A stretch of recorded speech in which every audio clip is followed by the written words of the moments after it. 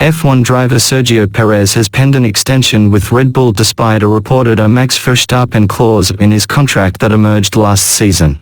Not even a Max Verstappen clause threatening to slash his wages was enough to prevent Sergio Perez from signing a new contract at Red Bull. The Formula One star has hitched his wagon to the Milton Keynes Mammoth until at least 2026 after plenty of speculation over his future. That's despite the reports of a stipulation in his last deal that supposedly gave Red Bull the power to review his salary if he failed to keep up with Verstappen.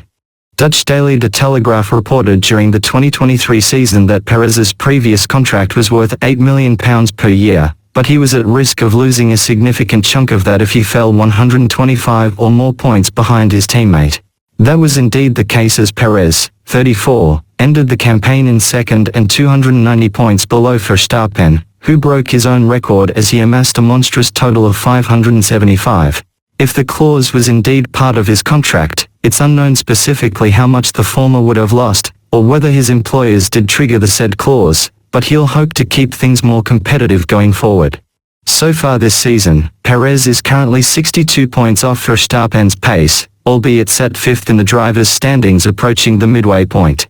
It helps that the rest of the field has posed more of a challenge, with McLaren emerging as more of a threat while Ferrari's Charles Leclerc is just 31 points away from the summit.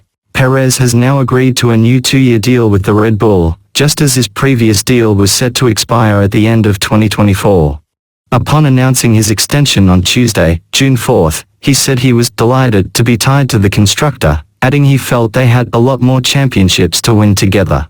Speaking around the time the revelation regarding his last contract came to light, Perez conceded his performances needed to improve. That's despite Red Bull's cars looking generally far superior to the rest of the grid for some years now.